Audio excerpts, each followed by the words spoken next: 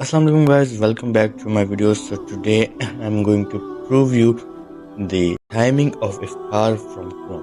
So ہمارے یہاں دو طرح کے طبقے ہیں جن کے افطار کی جو ٹائمنگ میں بہت اختلاف ہے، ایک اہل سنت اور دوسرا اہل تشیع۔ اور اس کے علاوہ جو اہل القرآن لوگ ہیں، یعنی کہ جو احادیث روایات پر بالکل بھی یقین نہیں رکھتے، وہ بھی جو اہل تشیع کی سائڈ پر ہوتے ہیں وہ کہتے ہیں کہ قرآن میں لیل یعنی کہ رات کا ذکر ہے تو اہل تشیع ٹھیک ہے۔ اب میں آپ کو دونوں کے موقف سمجھا دیتا ہوں۔ اہل سنت کے نزدیک یہ موقف ہے کہ کیونکہ بخاری کے اندر روایات موجود ہیں کہ جب مغرب کی اذان ہو یا مغرب کا وقت ہو جائے، سورج غروب ہو جائے، تو اس ٹائم جو ہے روزہ افطار کر لیا جائے۔ اہل تشیع حضرات کے ہاں یہ چیز نہیں ہے، ان کو یہی موقف ہے کہ قرآن میں رات کا لفظ ہے، تو جب تک رات نہیں ہوتی یعنی کہ اندھیرا نہیں چھا جاتا تو ہم روزہ افطار نہیں کرتے۔ اور اسی طرح جو اہل القرآن لوگ ہیں وہ بھی یہی کہتے ہیں کہ چونکہ قرآن میں لیل کا ذکر ہے تو اس لیے ہم رات تک اس کو کنٹینیو کریں گے، یعنی کہ رات کے اندھیرے تک۔ کہ کیا آپ یہ ثابت کر سکتے ہیں کہ رات کا جو تعلق ہے وہ اندھیرے کے ساتھ ہے؟ نو، نیور۔ نہ کسی آیت میں ہے، نہ کسی حدیث میں ہے، نہ کسی فزکس کے اندر کہیں بھی موجود ہے، ایسا کہیں بھی نہیں ہے۔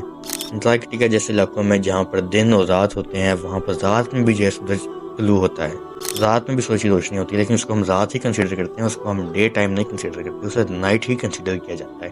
کون ٹھیک ہے اور کون غلط، اس پہ لوگوں کی بے تحاشا دلیلیں موجود ہیں۔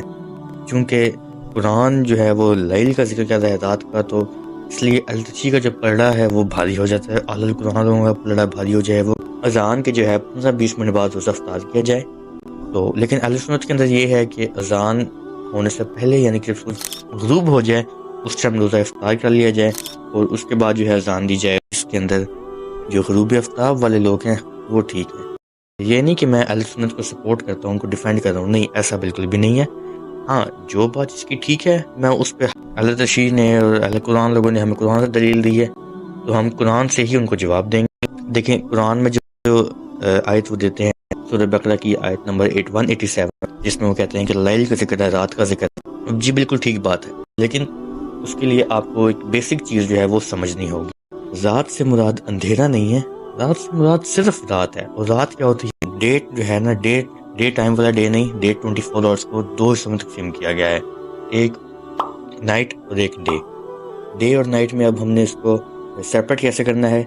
سن رائز سے لے کر سن سیٹ تک کا جو ٹائم ہے وہ ڈے کا ہے، سن سیٹ سے لے کر سن رائز تک کا ٹائم جو ہے وہ نائٹ کا ہے، یعنی کہ طلوع آفتاب سے لے کر غروب آفتاب تک ٹائم دن کا، اور غروب آفتاب سے لے کر طلوع آفتاب تک کا جو ٹائم ہے وہ رات۔ تو سب سے پہلے میں بتا دوں کہ ڈے اور نائٹ کنسیپٹ کے اندر جو ہے غروب آفتاب کے بعد کا جو ٹائم ہے وہ نائٹ میں کنسیڈر ہوتا ہے، وہ ڈے میں کنسیڈر نہیں ہوتا۔ اگر آپ کہتے ہیں کہ جی نہیں وہ ٹائم ایوننگ کا ہوتا ہے تو میں آپ کو کلیئر کرتا ہوں، ایوننگ جو پارٹ ہے وہ صرف ڈے کا پارٹ ہے، وہ نائٹ میں نہیں۔ ڈے ٹائم کو 4 حصوں میں ڈیوائڈ کیا گیا ہے، morning, noon, afternoon and evening. اس کے بعد جو ہے فردر نائٹ سٹارٹ، صبح، دوپہر، سپہر اور پھر شام۔ ان 4 جو ہے پارٹس میں ڈیوائڈ کیا گیا ہے اس کو۔ میں آپ کو وہ بھی سمجھا دیتا ہوں کہ وہ ٹائمنگ اسلام کے نظریے میں کس طرح سے ہے کہ جو فجر کے جو بعد کا ٹائم ہے وہ صبح کا ٹائم ہے، یعنی کہ وہ فجر کا ٹائم سے لے کر زوال کے ٹائم کے جو درمیان تک کا ٹائم ہے صبح کا ٹائم۔ پھر جو زوال کا ٹائم آ جاتا ہے یعنی کہ ظہر کا 12 بجے سے لے کر 1-1:30 بجے تک، جس کو ہم ٹائم کنسیڈر کرتے ہیں ظہر، وہ آ جاتا ہے دوپہر۔ پھر وہ جو 3 یا 2 بجے سے لے کر جو آگے عصر کی نماز تک کا جو ٹائم ہوتا ہے، یعنی کہ 3، 4، 4:15 بجے جو نماز ہو رہی ہوتی ہے، وہ جو ٹائم ہے وہ آفٹر نون میں کاؤنٹ ہوتا ہے، یعنی کہ سپہر کے ٹائم، جسے ہم ٹی ٹائم بھی اکثر۔ پھر اس کے جو بعد ٹائم آتا ہے یعنی کہ عصر کی آپ نے نماز پڑھ لی، اس کے بعد عصر کی نماز سے جو مغرب کی نماز تک ٹائم آتا ہے وہ شام کا ٹائم ہوتا ہے، یعنی کہ جب سورج جو ہے واپس غروب ہو رہا ہوتا ہے، اس کی ہلکی ہلکی روشنی پڑ رہی ہوتی ہے، وہ شام کا ٹائم۔ سورج کے غروب ہو جانے کے بعد کا جو ٹائم ہے وہ شام کنسیڈر نہیں، وہ رات میں کنسیڈر ہوتا ہے۔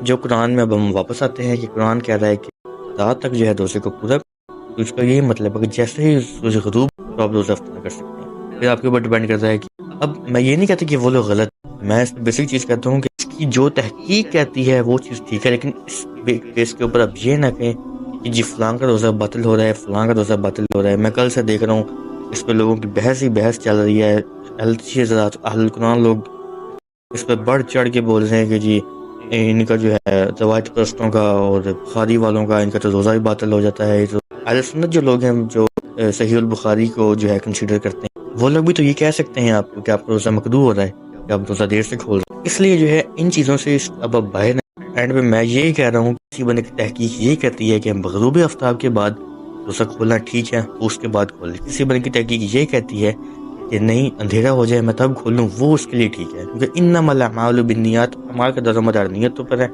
اس کی وجہ سے آپ نہ کسی اور کو کوئی بات کریں کہ یار تمہارا جو ہے روزہ باطل ہو رہا ہے یا تمہارا روزہ ٹوٹ رہا ہے یا تمہارا روزہ مقروء ہو رہا ہے. تو لیکن جو میری ریسرچ تھی وہ بھی میں نے آپ کو بتا دی ہے.